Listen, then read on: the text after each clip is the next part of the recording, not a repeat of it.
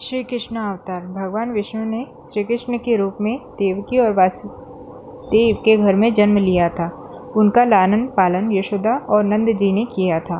इस अवतार का विस्तृत वर्णन श्रीमद् भागवत पुराण में मिलता है। कृष्ण हिंदू धर्म में विष्णु के अवतार है। श्री कृष्ण को ईश्वर मानते हैं और उन पर अपार श्रद्धा रखते हैं। सनातन धर्म के अनुसार भगवान विष्णु सर्व पापहारी, पवित्र और समस्त मनुष्यों को भोग तथा मोक्ष प्रदान करने वाले प्रमुख देवता है। जब जब इस पृथ्वी पर असुर राक्षसों के पापों का आतंक व्याप्त होता है, तब तब भगवान विष्णु किसी न किसी रूप में अवतरित होकर पृथ्वी के भार को कम करते हैं। वैसे तो भगवान विष्णु ने अभी तक 23 अवतारों को धारण किया है। इन अवतारों में उनका सबसे महत्वपूर्ण अवतार श्री कृष्ण का ही था।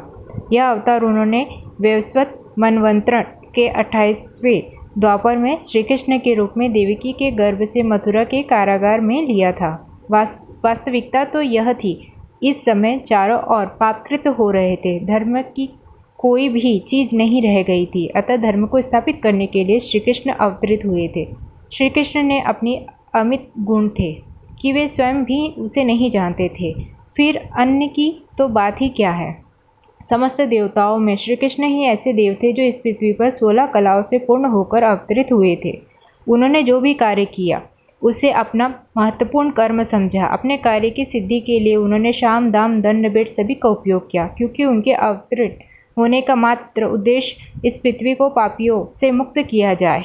अपने इस उद्देश्य की पूर्ति के लिए उन्होंने जो भी उचित समझा वही किया। उन्होंने कर्म व्यवस्था को सर्वोपरि माना। कुरुक्षेत्र की रणभूमि में अर्जुन को कर्म ज्ञान देते हुए उन्होंने गीता की रचना की, जो कली काल में धर्म में सबसे महत्वपूर्ण ग्रंथ माना जाएगा। हरे कृष्ण।